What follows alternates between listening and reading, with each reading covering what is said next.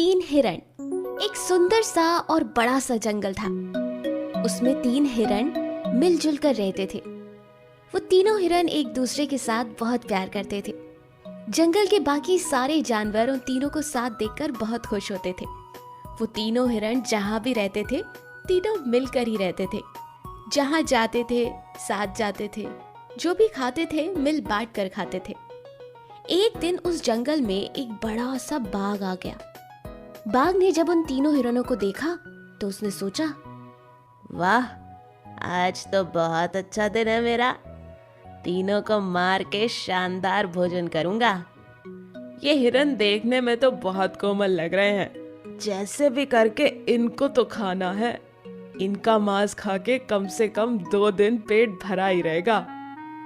ऐसा सोच के बाघ उन हिरणों की तरफ देखा और जोर जोर से दहाड़ने लगा। जैसे ही उन तीनों हिरण ने बाघ को देखा, उसको देखकर वो डरने लगे और बोले, पहला हिरन, हे भगवान, वो बाघ तो हमें ही घूर रहा है। बहुत भूखा है शायद। अब क्या होगा? वो तो हमें मार कर खा ही जाएगा।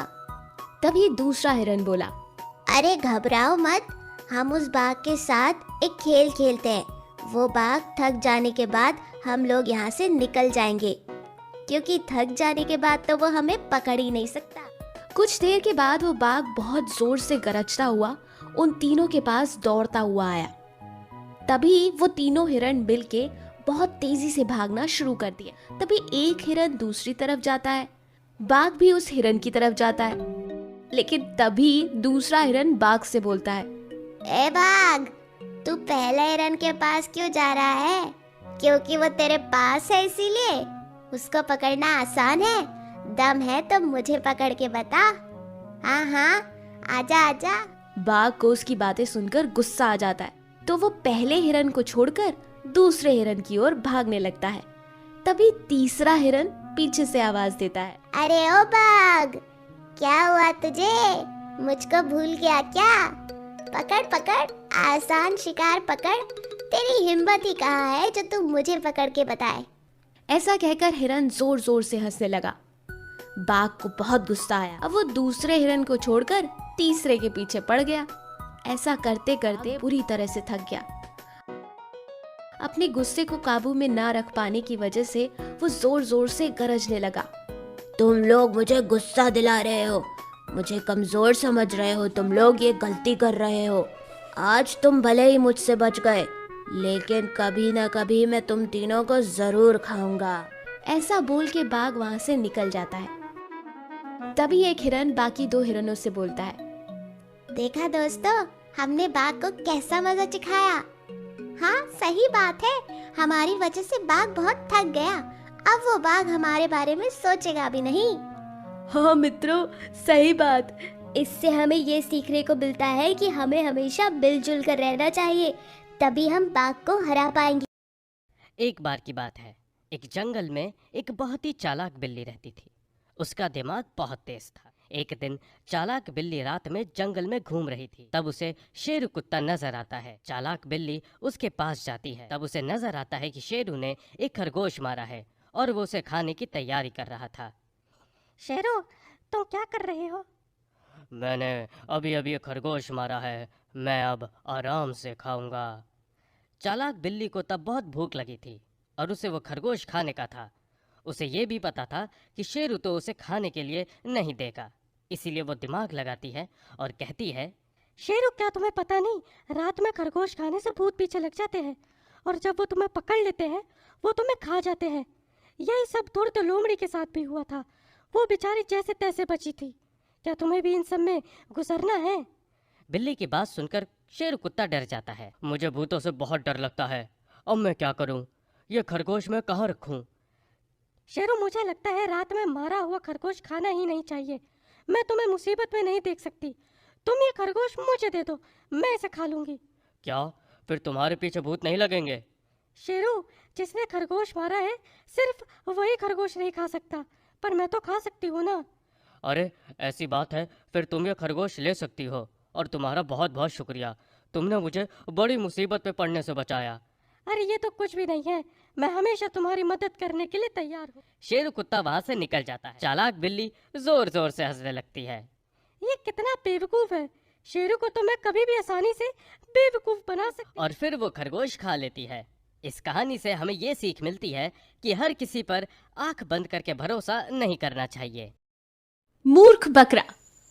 एक जंगल में एक शेर रहता था और उसी के साथ एक चतुर लोमड़ी भी रहती थी, जो कि शेर के मारे हुए शिकार पर अपना हाथ साफ करती थी। धीरे धीरे सब कुछ अच्छा चल रहा था।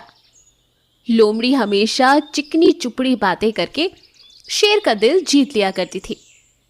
इसमें वो अपना शिकार का कुछ हिस्सा लोमड़ी के लिए छोड़ दिया करता था, जिससे लोमड़ी खा पीकर मस्त रहती थी।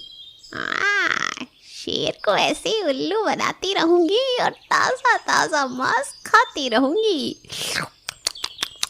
मजा आ गया। एक दिन अचानक जंगल में एक जंगली सुअर और शेर की लड़ाई की वजह से शेर काफी घायल हो गया। सुअर ने अपने दांत से शेर के शरीर पर कई बार ऐसे वार कर दिए, जिसकी वजह से शेर बहुत ही ज्यादा जख्मी हो गया और उसके शरीर से खून निकलने लगा। अब धीरे धीरे वो शिकार करने में असमर्थ हो गया। अब मैं बहुत बीमार और कमज़ोर हो गया हूँ। हे भगवान, अब मेरा क्या होगा? कई दिन बीत गए, उसे कोई भी शिकार नहीं मिला क्योंकि उसका पूरा शरीर जख्मी था और वो पूरी तरह से कमज़ोर हो चुका था।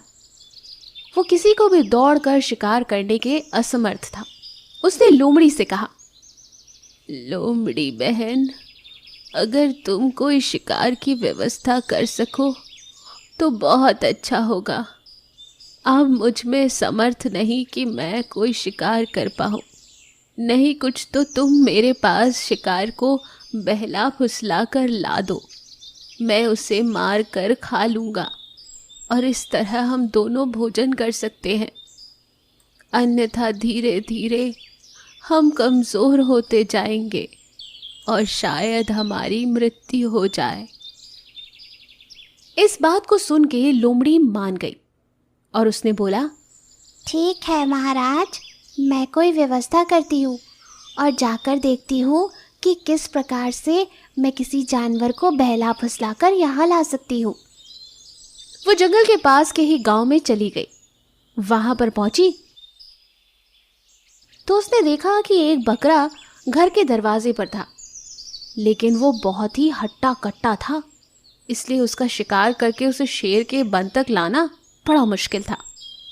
वो देख रही थी कि वो बकरा किसी गेंडे से कम नहीं लग रहा था, इसलिए लोमड़ी ने सोचा, क्यों ना मैं इसे बहला फुसला कर जंगल ले चलूं।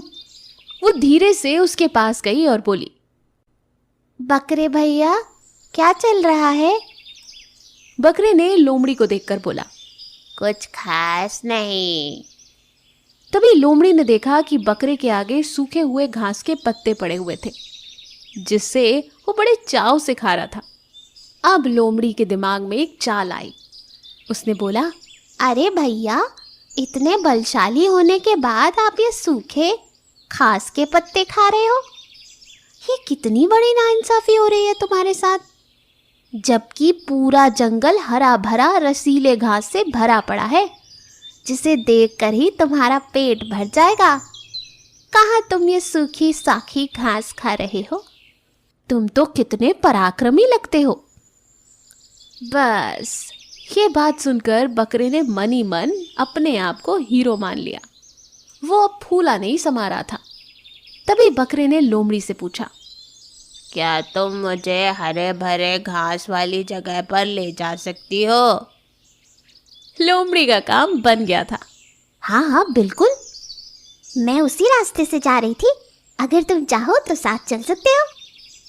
बकरा लोमड़ी की बातों में आ गया और उसके साथ चल दिया।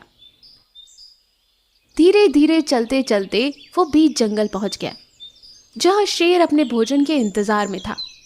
उधर जैसे ही बकरा गुफा के पास पहुंचा, वहां पर थोड़ा अंधेरा था। लोमड़ी ने बकरे से कहा, अरे भैया, यहीं विश्राम कर लेते हैं और फिर यहाँ से चलेंगे। थोड़ी सी आगे वो हरी भरी घास का मैदान है, तुम वहाँ पर पहुँच के पेट भर के घास खा लेना, लेकिन अभी मैं थोड़ा सा आराम कर लेती हूँ। बकरा भी काफ़ी दूर चलते चलते थक गया था। उसने भी सोचा, हाँ, विश्राम करने में तो कोई परेशानी नहीं है, चलो कर लेते हैं। विश्राम करने के लिए जैसे ही वो जाकर गुफा के पास बैठा, उधर शेर घात लगाए बैठा हुआ था। वो झट से उसके ऊपर कूदकर उसे मार कर खा गया और बाकी बचा हुआ मांस लोमड़ी के लिए छोड़ दिया। इस कहानी से हमें ये शिक्षा मिलती है कि अनजान लोगों के मुंह से होने वाली तारीफ पर हमें इतराना नहीं चाहिए। कई बार वो तारीफ हमें किसी जाल में फंसाने के लिए होती है, इसलिए हमें सतर्क रहना चाहिए। ऐसे ही अमेजिंग कहानियाँ सुनने के लिए हमारे चैनल को सब्सक्राइब करना ना भूलें और हाँ, लाइक और शेयर भी कर दीजिएगा। धन्यवाद।